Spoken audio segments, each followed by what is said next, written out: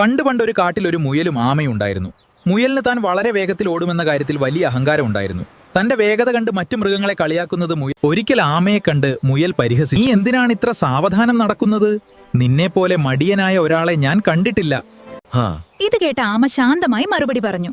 നമുക്ക് രണ്ടുപേർക്കും കൂടി ഒരു ഓട്ടം മത്സരിച്ചാലോ? ആരാണ് ആദ്യം ലക്ഷ്യസ്ഥാനത്ത് എത്തുന്നതെന്ന് നമുക്ക് നോക്കാം. തന്റെ വേഗതയിൽ അമിത വിശ്വാസമുണ്ടായിരുന്ന മുയൽ ചിരിച്ചുകൊണ്ട് ആ വെല്ലുവിളി ഏറ്റെടുത്തു. അങ്ങനെ ഓട്ടം തുടങ്ങി. മുയൽ ഒരു നിമിഷം കൊണ്ട് കാടിന്റെ വലിയൊരു ഭാഗം ഓടിത്തീർത്തു. തിരിഞ്ഞു നോക്കിയപ്പോൾ ആമ എവിടെയും ഇല്ലായിരുന്നു.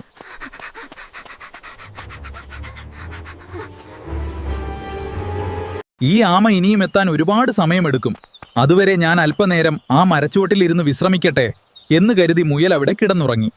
എന്നാൽ ആമ തന്റെ സാവധാനത്തിലുള്ള നടത്തം ഒട്ടും മുടക്കിയില്ല. അവൻ ലക്ഷ്യത്തിലേക്ക് കണ്ണും നട്ടി നടന്നുകൊണ്ടേയിരുന്നു. കുറച്ചു കഴിഞ്ഞപ്പോൾ മുയൽ ഞെട്ടി ഉണർന്നു. വേഗത്തിലോടി ലക്ഷ്യസ്ഥാനത്തെത്തിയപ്പോൾ അവൻ കണ്ടത് വിശ്വസിക്കാനാവാത്തൊരു കാഴ്ചയായിരുന്നു. ആമ അപ്പോഴേക്കും അവിടെ എത്തിക്കഴിഞ്ഞിരുന്നു. ഈ കഥയിൽ നിന്ന് നമ്മൾ എന്ത് പഠിക്കുന്നു? ഒരിക്കലും അമിത ആത്മവിശ്വാസം പാടില്ലെന്നും ലക്ഷ്യത്തിലെത്തുന്നതുവരെ സ്ഥിരോത്സാഹത്തോടെ പ്രവർത്തിക്കുന്നവരാണ് വിജയികളെന്നും ഈ കഥ നമ്മെ ഓർമ്മിപ്പിക്കുന്നു.